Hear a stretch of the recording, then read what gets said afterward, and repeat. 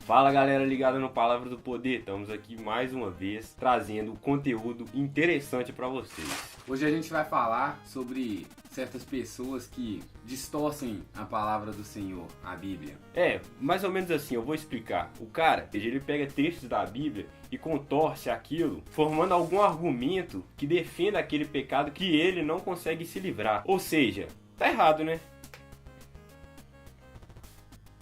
Tipo assim, maluco lê lá na Bíblia: bebeis vinho, mas não embriagueis. Eu não sei se existe isso, mas existe uma parada tipo assim. Aí o maluco vira e fala: pô, então quer dizer que eu posso beber, só não posso me embriagar. Mas ô jumento, ô idiota, como é que você não vai se embriagar se você vai beber, ô tapado? É mais ou menos isso a explicação. O que acontece? Você ter um pecado é uma coisa normal, vamos dizer assim, somos pecadores e nós pecamos mesmo. Só que na Bíblia fala que a gente deve se livrar desses pecados, ou seja, tentar buscar a santidade a todo tempo. Aí o cara, metido a esperto, pensa que, achando argumentos na Bíblia que defendam aquele pecado, não será um pecado, entendeu? E ele poderá seguir com sua vida fazendo aquilo que ele pensa que não é pecado, mas é, e arruma algum argumento na Bíblia para tentar contorcer isso. Então, se o cara tem um vício, o cara nunca vai se livrar desse vício porque ele vai lendo na Bíblia.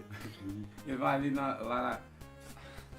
ele vai ler lá na Bíblia e vai achar que o que ele faz é certo. Então ele nunca vai conseguir se livrar daquele pecado porque para ele vai ser certo. Lembrando que a Bíblia, ela contém vários livros, ou seja, inúmeras histórias tem na Bíblia. Histórias boas e histórias ruins. Ou seja, nem tudo que você lê na Bíblia é uma coisa boa. Existem guerras, existem coisas, enfim, que os povos lutavam. Enfim, a Bíblia é uma história.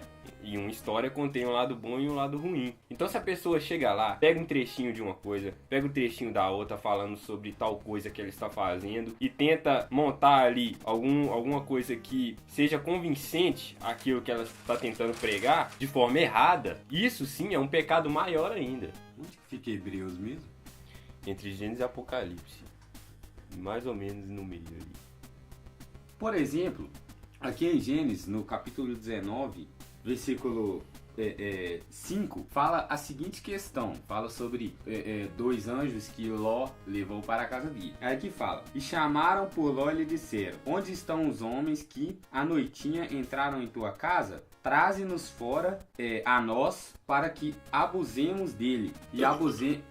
Caraca, você tá... E aqui quando fala abusemos, é abusar mesmo, galera. Abusar. Aí o cara vai ler isso aqui e vai falar: pô, já que naquela época lá os caras papá nos outros caras, então... Mas não é. Pra você ter uma ideia, isso foi na cidade de Sodoma e Gomorra e foi destruído. Então é pecado, mas aí o cara pode ler. Desculpa. Então o cara vai ler aquilo e vai falar: pô, já que naquela época os caras fapo, então eu não tenho... Só que não é assim, cara. Mas é porque naquela cidade tudo foi destruído. Então, podia ser que não seria pecado, mas podia ser que também seria. Porque naquela época não era, mas aquela época foi destruído. Então naquela época não era, mas como foi destruído, virou. Mas aqui, se a gente pegar e ver por hoje em dia, a gente vai ver que era pecado. Mas naquela época não era. Mas era. Mas foi destruído porque era. E o povo achava que não era. E era, mas agora é. Viu como é que é complexo? É como meu irmão falou, cara. Pra você ver o que a Bíblia mesmo tá dizendo, na verdade, na íntegra, você precisa ler todo o contexto da história. Enfim, de preferência, ler a Bíblia toda. Assim você vai entender o que é ou não pecado diante a Bíblia. Só que na verdade, cara, pra você saber mesmo o que é pecado ou não, você precisa estar na presença de Deus, tá ligado? Cara, na verdade a Bíblia não vai te falar o que é pecado ou o que não é. Assim, no seu dia a dia, isso aqui é pecado, deixa eu consultar na Bíblia aqui. Não, na verdade, o que é ou não pecado, você vai sentir na hora, tá ligado? O Espírito Santo de Deus vai te incomodar a fazer aquilo. Se você bate o olho em alguma coisa e vê que aquilo ali não tá cheirando bem, cara, não faça, não vá, não pratique, entendeu? Não fica tentando achar argumentos. Espirrou peido? Mano, Então, não fica tentando achar argumentos na Bíblia pra tentar defender o teu pecado, cara. Sabe o que vai acontecer? Sabe o que vai acontecer? Você vai acabar, além de você não conseguir se livrar do seu pecado e se conformar com ele achando argumentos na Bíblia para defendê-lo, você vai acabar influenciando outras pessoas que creem na Bíblia a achar que aquilo também não é pecado e cometer o mesmo pecado que você. E lembrando também que a Bíblia não é lida, a Bíblia é interpretada. Eu posso ler a Bíblia, o mesmo versículo hoje, entender de um jeito, e ler amanhã entender de outro, entendeu? Então... Você que fica tentando arrumar argumentos na Bíblia pra defender pecado, tô de olho em você, cara. Tô de olho em você.